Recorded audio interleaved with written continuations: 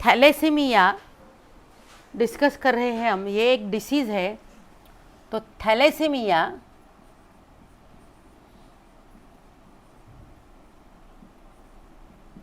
is autosomal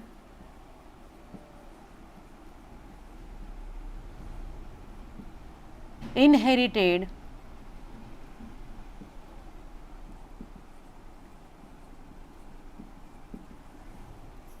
recessive disease या फिर disorder. Thalassemia is an autosomal inherited recessive thalassemia is an autosomal inherited recessive disorder या फिर autosomal inherited recessive disease। कैसा disease है thalassaemia? Autosomal. Autosomal मतलब thalassaemia के लिए रिस्पॉन्सिबल जो जीन्स है वो एटोजोम के ऊपर होते हैं, इसीलिए एटोजोमल। इनहेरिटेड मतलब एक जनरेशन से वो दूसरे जनरेशन में इनहेरिट होता है, इसलिए इनहेरिटेड। रिसेसिव इसके जो जीन्स है, थैलेसीमिया के जो जीन्स है वो रिसेसिव होते हैं, डोमिनेंट नहीं होते हैं। तो इसीलिए थैलेसीमिया को क्या बोला गया है? थैलेसीमिया को बोला गया है autosomal inherited recessive disease. Autosomal inherited recessive disease. So thalassemia is an autosomal inherited recessive disease. Thalassaemia के जो जीन्स होते हैं वो एटोजोम के ऊपर होते हैं, सेक्स क्रोमोसोम के ऊपर नहीं होते हैं। ये थैलेसीमिया जो है वो इनहेरिट होता है, एक जनरेशन से दूसरे जनरेशन में वो जाता है, इसलिए इनहेरिटेड। ये रिसेसिव ये वर्ड क्यों आया यहाँ पर? क्योंकि थैलेसीमिया के जो जीन्स होते हैं वो रिसेसिव होते हैं, इसलिए यह वर्ड आया है रिसेसिव। इसके बाद ये जो हमारा हीमोग्लोबिन होता है, हीमोग्लोबिन, तो ये जो हीमोग्लोबिन है, हीमोग्लोबिन हमें पता है हीमोग्लोबिन ये आयरन कंटेनिंग कंपाउंड है, ये कॉन्जुगेटेड प्रोटीन है जो आरबीसीज में होता है, रेड ब्लड सेल्स में हीमोग्लोबिन होता है। रेड ब्लड सेल का जो साइटोप्लाज्म होता है उसमें होता है ये हीमोग्लोबिन। आरबीसी में न्यूक्लियस नहीं होता है, क्या होता है यहाँ पर? हीमोग्लोबिन होता है, जिसे हम HB ऐसे लिखते हैं। हीमोग्लोबिन क्या है? हीमोग्लोबिन रेस्पिरेटरी गैसेस को कैरी करता है, ऑक्सीजन को एंड कार्बन डाइऑक्साइड को। तो हीमोग्लोबिन जो है वो रेस्पिरेटरी पिगमेंट है, एक प्रोटीन है जिसमें आयरन है। तो haemoglobin is made up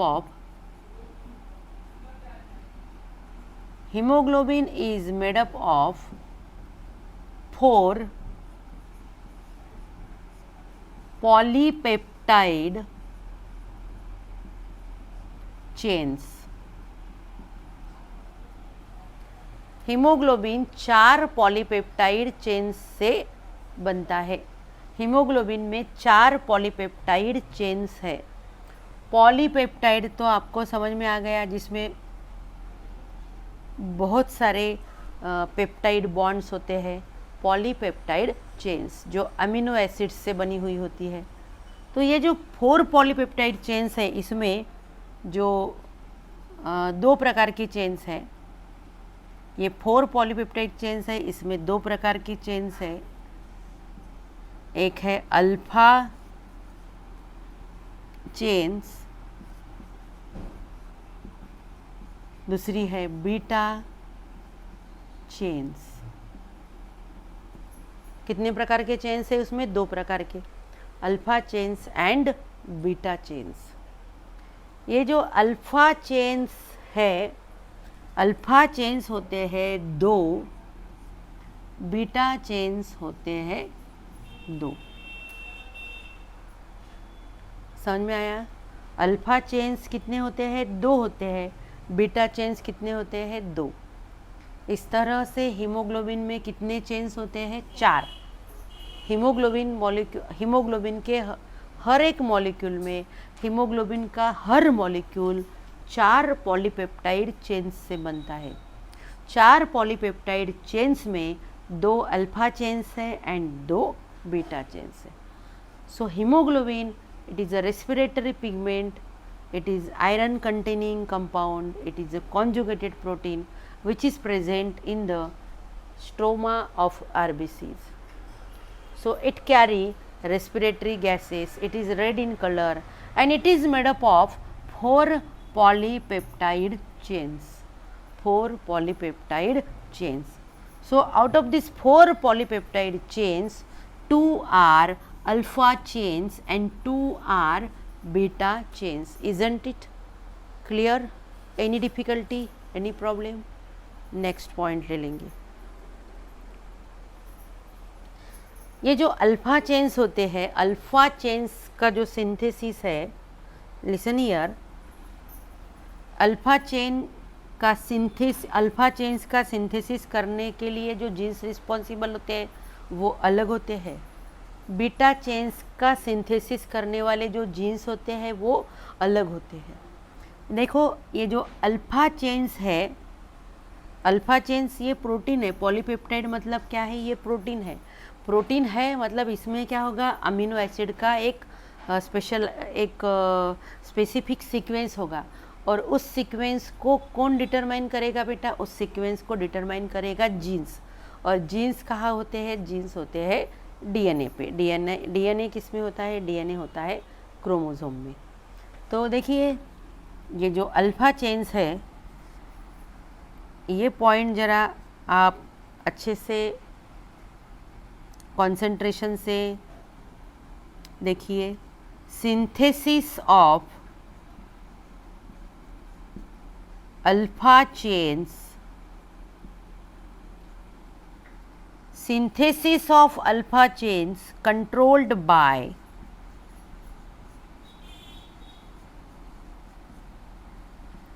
two closely linked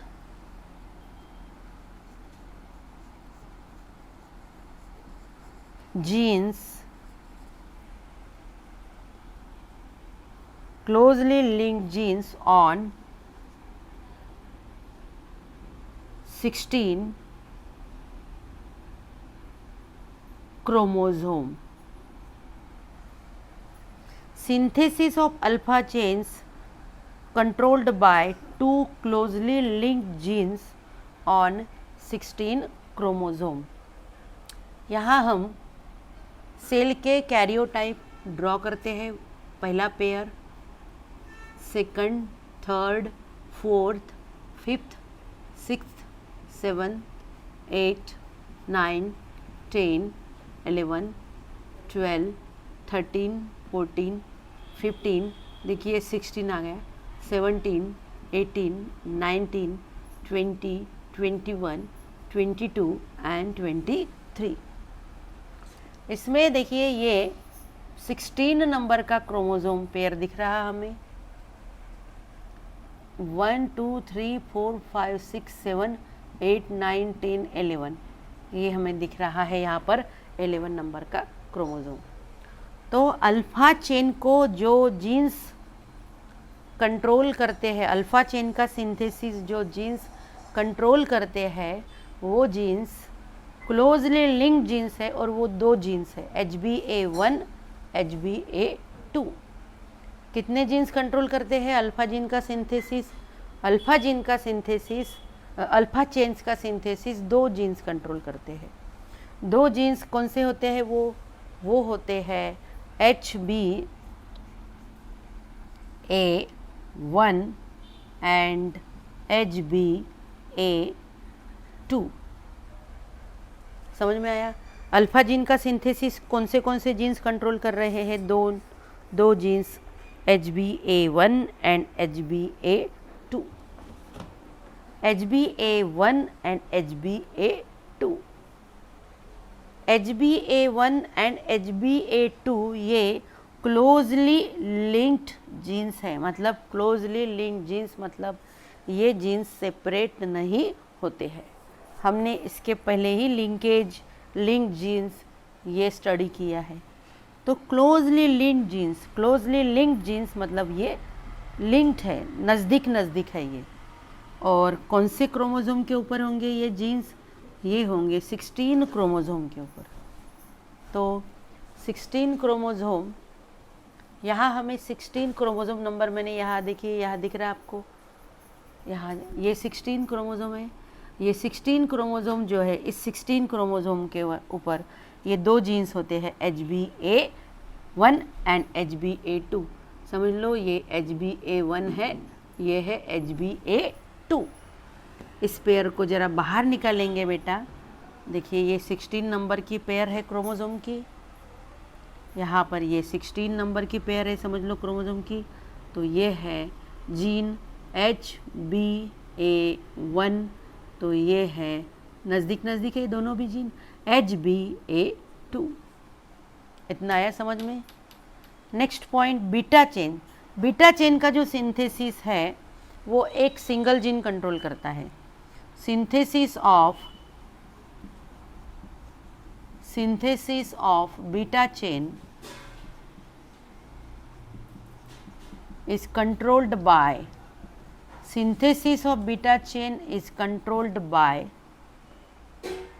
single gene. Synthesis of beta chain is controlled by single gene HbB on chromosome 11, on chromosome 11। Beta chain का सिंथेसिस एक ही जीन कंट्रोल करता है, HbB। जीन का नाम क्या है? वो क्या नाम है उस जीन का? HbB, जो 11 नंबर के क्रोमोसोम पर होता है। देखिए ये 11 नंबर की क्रोमोसोम की पेयर यहाँ पर दिख रही है आपको। यहाँ पर होगा जीन HbB, ये भी HbB, ये भी क्या है? HbB। यहाँ हम निकालते हैं, ये है 11 नंबर की पेयर क्रोमोसोम की। देखिए ये 11 नंबर की पेयर है। इस 11 नंबर की पेयर पे यहाँ है HbB, यहाँ भी क्या है? HbB, ये जीन। इतना सिंपल है ये कि हमारा जो हीमोग्लोबिन है, हीमोग्लोबिन का हर एक मॉलिक्यूल 4 पॉलीपेप्टाइड चेन्स से बनता है, जिसमें 2 अल्फा चेन्स होती है एंड 2 बीटा चेन्स होती है। अब इसमें जो अल्फा चेन्स का जो सिंथेसिस है, अल्फा चेन का सिंथेसिस कंट्रोल करने वाले जो जीन्स है वो 2 जीन्स है, HbA1 एंड HbA2। मतलब अल्फा चेन्स का सिंथेसिस 2 जीन्स कंट्रोल करते हैं, HbA1 एंड HbA2।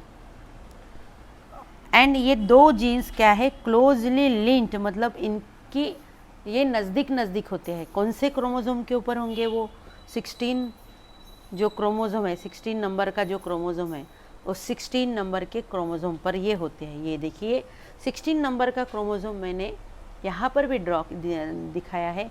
यहाँ पर ये 16 नंबर का क्रोमोसोम है, इसमें पेयर, होमोलॉगस पेयर है ये। यहाँ पर है HbA1, यहाँ पर है HbA2। यहाँ पर देखिए, synthesis of beta chain is controlled by single gene HbB on chromosome 11। Beta chain का जो सिंथेसिस है वो सिंगल जीन कंट्रोल करता है। वो सिंगल जीन कौन सा है? HbB। कहाँ होता है वो जीन? क्रोमोसोम नंबर 11 नंबर की जो पेयर है वहाँ पर होता है। ये देखिए मैंने 11 नंबर की पेयर यहाँ पर दिखाई है। इस 11 नंबर पेयर पर यहाँ HbB जीन है, यहाँ पर भी क्या है? HbB gene. इतना समझ में आया? देखिए ये मिटाना पड़ेगा। 2 प्रकार का थैलेसेमिया होता है, अल्फा थैलेसेमिया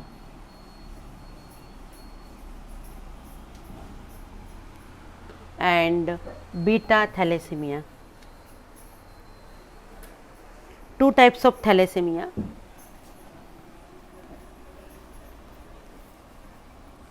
अल्फा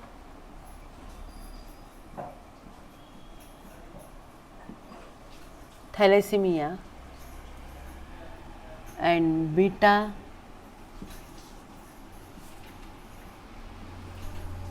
थैलेसीमिया।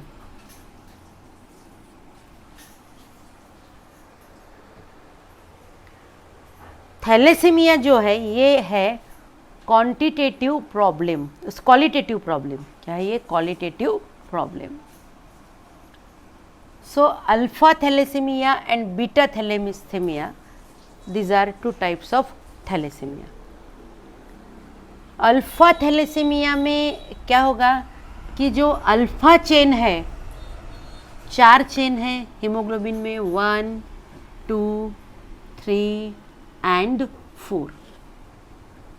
ऐसे 4 चेन से एक हीमोग्लोबिन मॉलिक्यूल बनता है, समझ लो। ये 2 है अल्फा, ये 2 है बीटा चेन्स। समझ में आया? इन अल्फा चेन्स का सिंथेसिस कंट्रोल करता है HbA1 and HbA2। Beta chain का सिंथेसिस कंट्रोल करता है HbB।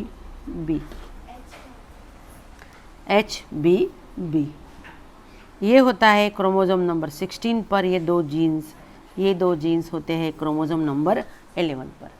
Alpha thalassaemia and beta thalassemia ये कैसे होता है?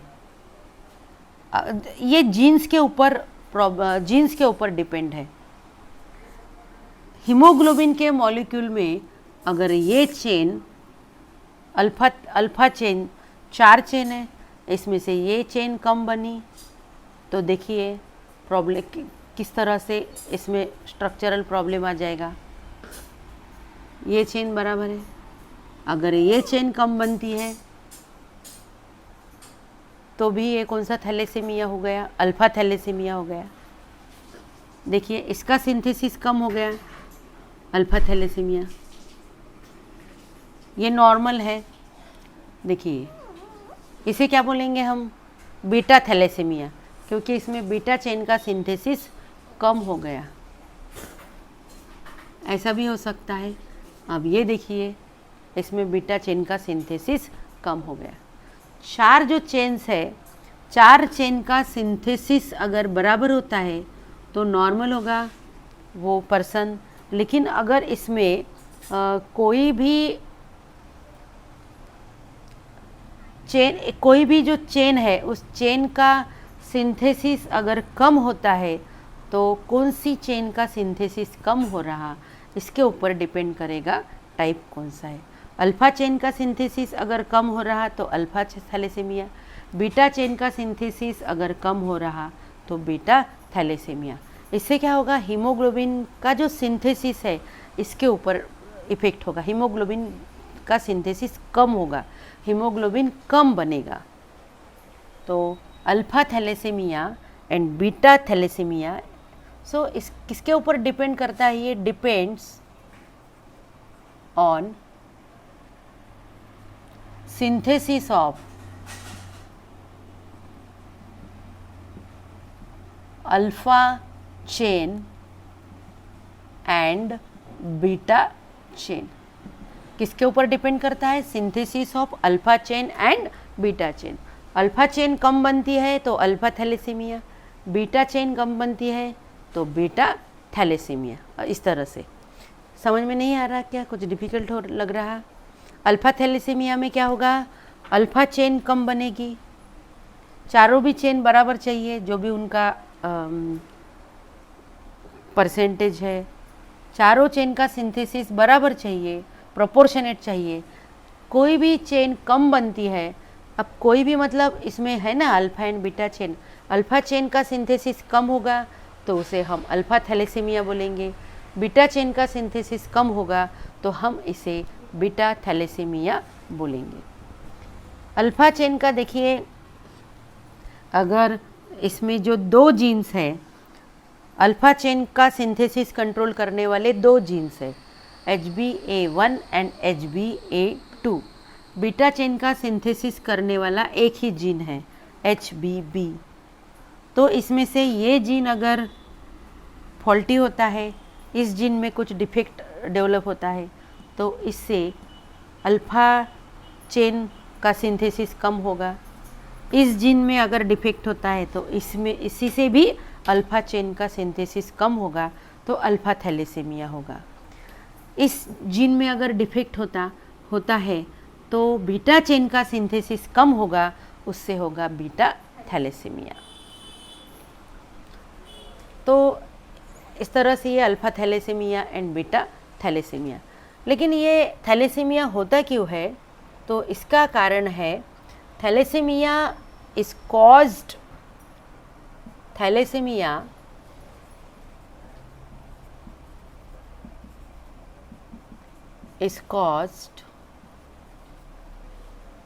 due to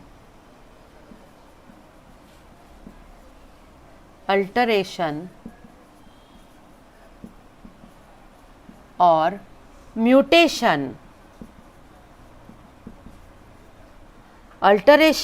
mutation in genes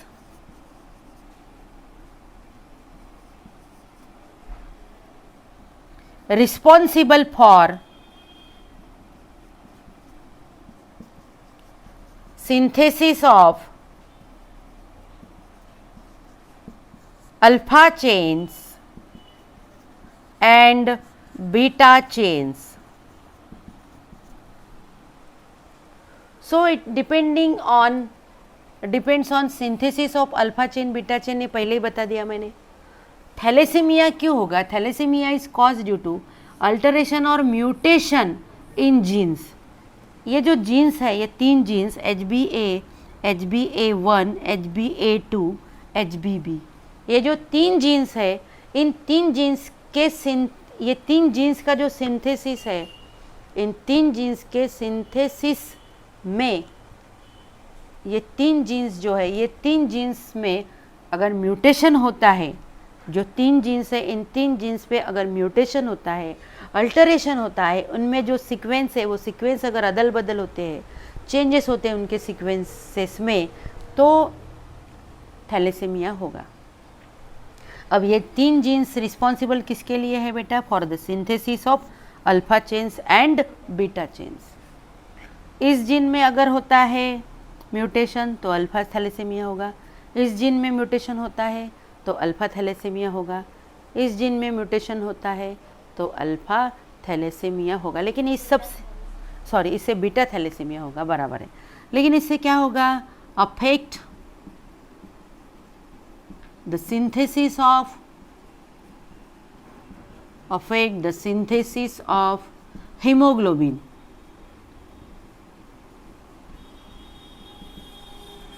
haemoglobin के सिंथेसिस पर इसका प्रभाव पड़ेगा, हीमोग्लोबिन का सिंथेसिस कम होगा। नेक्स्ट,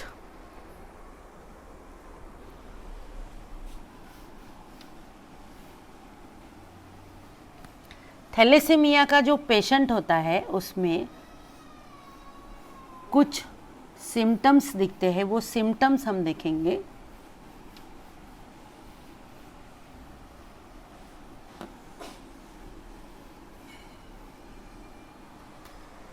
पहले हम देखते हैं कि ये तो थैलेसीमिया ये क्या है? ये है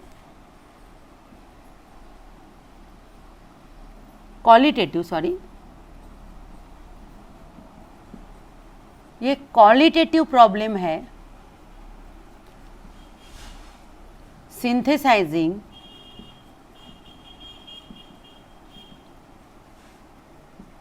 फ्यू ग्लोबिन मॉलिक्यूल।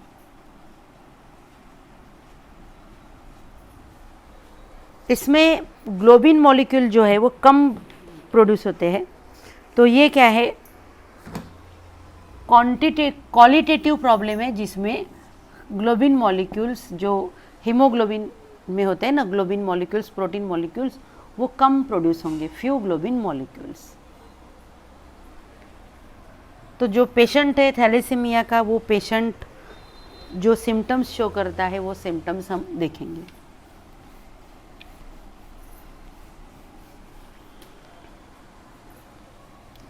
थैलेसीमिया के पेशेंट्स में क्या क्या सिम्टम्स होते हैं? नंबर 1,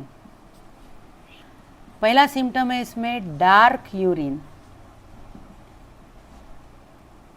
दूसरा सिम्टम है इसमें एनीमिया। तीसरा सिम्टम है उसमें change in shape and size of RBCs. इसमें चौथा सिम्टम, बहुत सारे सिम्टम्स है इसमें। नेक्स्ट सिम्टम है slow growth and development.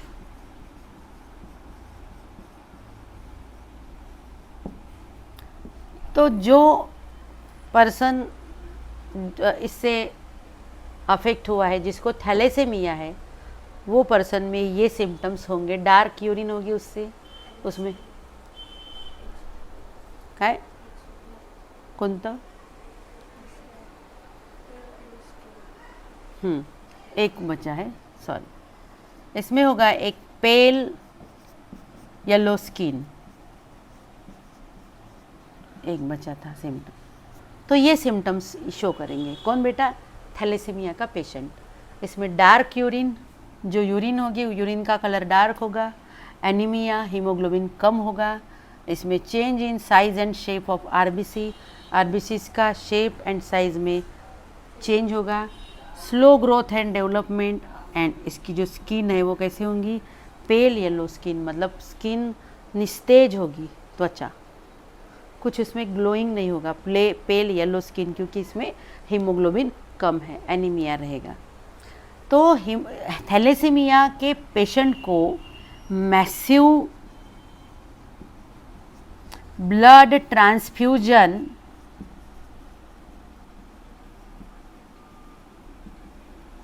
Is needed. अब thalassaemia and sickle cell anaemia, अगर हम जेनेटिकल पॉइंट ऑफ व्यू से उसको देखते हैं तो उसमें क्या डिफरेंस है? सिकल सेल एनीमिया, ये thalassemia and sickle cell anaemia दो, तो इसको मिटा दूं।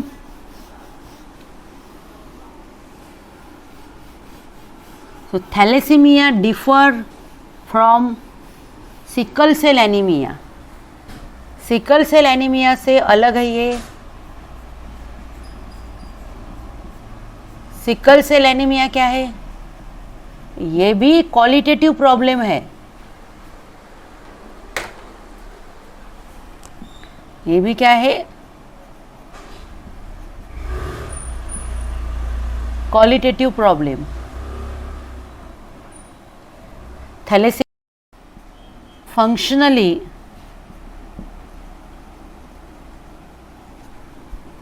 abnormal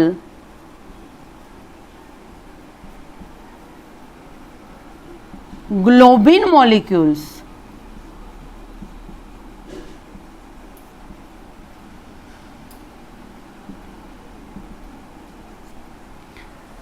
sickle cell anemia is qualitative problem synthesizing functionally abnormal globin molecules। Sickle cell anaemia में ग्लोबिन मॉलिक्यूल सिंथेसाइज होते हैं, लेकिन वो फंक्शनली एबनॉर्मल है। इसीलिए जो सिकल सेल एनीमिया में आरबीसी का जो शेप है वो सिकल जैसे बन जाता है। लेकिन ये क्वांटिटेटिव प्रॉब्लम है। इसमें क्या होता है? Synthesising few globin molecule, synthesising few globin molecules. इसमें ग्लोबिन मॉलिक्यूल्स कम सिंथेसाइज होते हैं। इसमें ग्लोबिन मॉलिक्यूल्स सिंथेसाइज तो होते हैं, लेकिन फंक्शनली एबनॉर्मल। कैसे है वो? कुछ काम के नहीं, फंक्शनली एबनॉर्मल। इसमें फ्यू ग्लोबिन मॉलिक्यूल्स कम सिंथेसाइज होंगे। इसमें जो भी ग्लोबिन मॉलिक्यूल्स सिंथेसाइज होंगे वो कैसे होंगे? Functionally abnormal globin molecules. तो इस तरह से हमने आज थैलेसीमिया को कंप्लीट कर लिया है।